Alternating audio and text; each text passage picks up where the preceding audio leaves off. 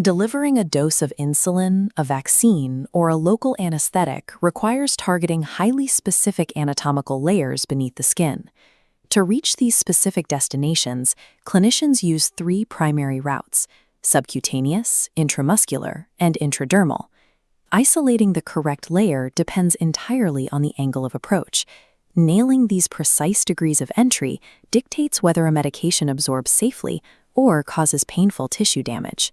Step 1 is assembling the tray with a disposable syringe, needle, alcohol swab, medication, and gloves.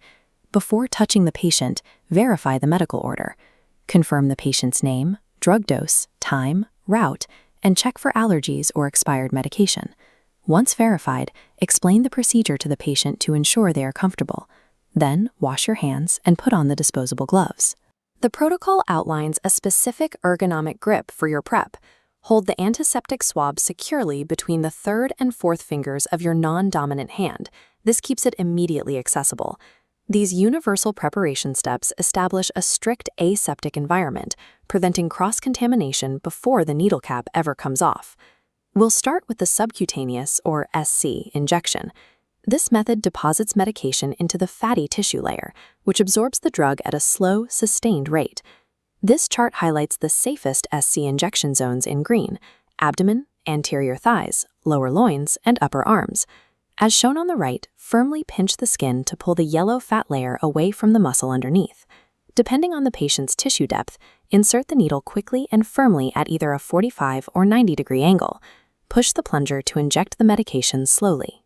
Once fully injected, hold the syringe exactly in place for 3 seconds, then smoothly withdraw the needle.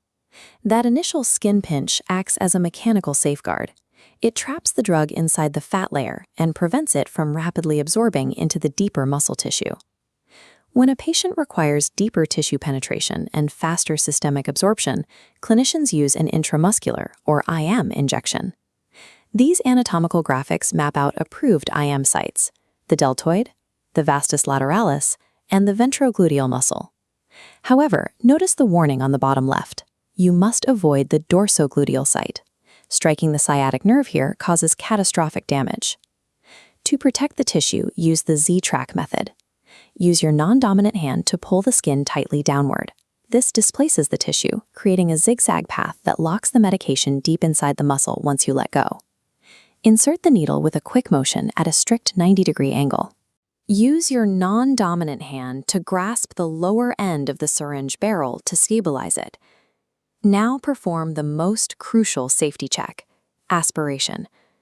Pull back on the plunger for 5 to 10 seconds. You are checking to ensure no blood appears in the barrel. If the barrel remains clear of blood, push the plunger slowly at a rate of 1 milliliter every 10 seconds.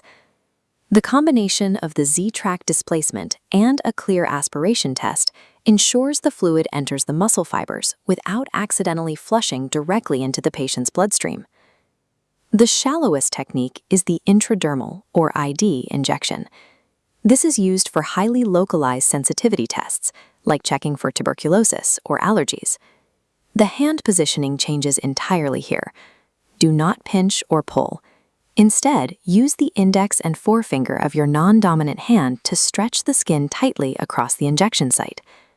The protocol text here dictates a very shallow approach.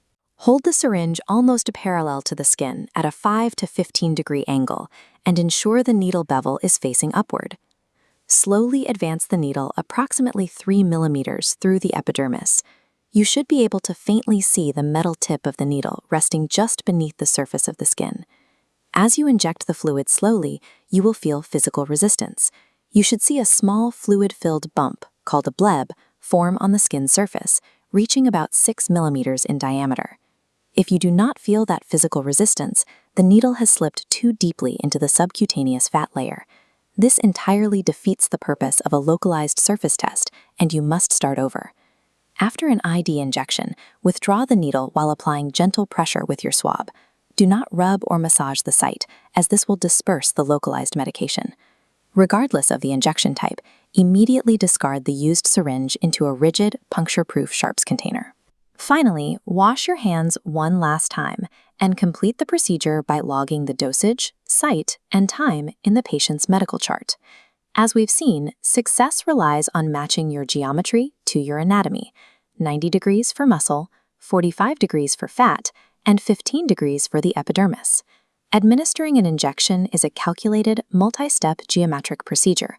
Mastering these specific angles guarantees the clinical efficacy of the drug and ensures the safety of the patient.